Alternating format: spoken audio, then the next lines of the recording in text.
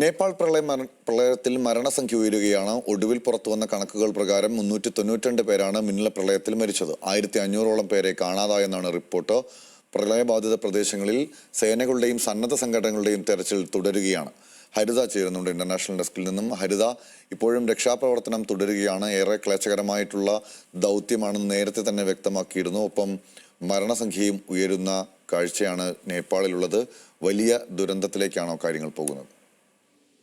ഗൗതം, 2 രാത്രികൾ ഇരുട്ടിപ്പുലരുമ്പോൾ വളരെയധികം ഖേദകരമായിട്ടുള്ള അവസ്ഥകളാണ് നേപ്പാളിൽ നിന്നും പുറത്തു വരുന്നത്. കാരണം കഴിഞ്ഞ ദിവസം നേപ്പാൾ അതുപോലെ തന്നെ ടിബറ്റ് അതിർത്തിയിലുണ്ടായ പ്രളയത്തിൽ വളരെയധികം നാശനഷ്ടങ്ങളും കഷ്ടതകളുമാണ് ഉണ്ടായിരുന്നത്. ഈ പ്രളയത്തോടനുബന്ധിച്ച് നിലവിൽ കണക്കുകൾ പുറത്തു വരുന്നത് 392 പേർക്ക് ജീവൻ നഷ്ടമായെന്നാണ്. 1500ഓളം പേരെ കാണാനില്ല എന്നുള്ള റിപ്പോർട്ടുകളും അന്താരാഷ്ട്ര മാധ്യമങ്ങളും അതുപോലെ തന്നെ നേപ്പാൾ ഭരണകൂടവും പുറത്തുവിടുന്നുണ്ട്. ഇതിനോടനുബന്ധിച്ച് ഒരുപാട് നാശനഷ്ടങ്ങളും രാജ്യത്തുണ്ടായതായിട്ടാണ് റിപ്പോർട്ട് ചെയ്യപ്പെടുന്നത്. ഏറ്റവും പുതിയ അപ്ഡേറ്റുകൾ അനുസരിച്ച് വീണ്ടും രാജ്യത്ത് മിന്നൽ പ്രളയ സാധ്യത ഉണ്ടാകുന്നുണ്ട് എന്നുള്ളൊരു റിപ്പോർട്ടും കൂടെ പുറത്തു വരുന്നുണ്ട്.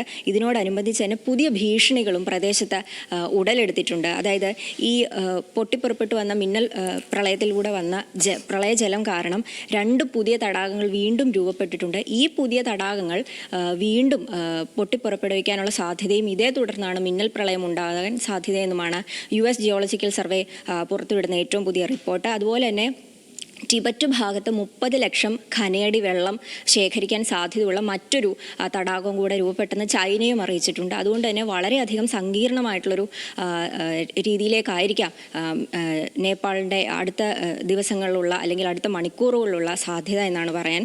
എന്നാൽ വളരെയധികം ആശങ്കയല്ലാതെ തന്നെ ആശ്വാസകരമായിട്ടുള്ളൊരു റിപ്പോർട്ടുകൾ എന്താണെന്ന് വെച്ചാൽ 1000-നടുത്ത് സേനകളെ അല്ലെങ്കിൽ സുരക്ഷാ ഉദ്യോഗസ്ഥരെ അവിടെ വിന്യസിച്ചിട്ടുണ്ട് രക്ഷാപ്രവർത്തനത്തിനായിട്ട്.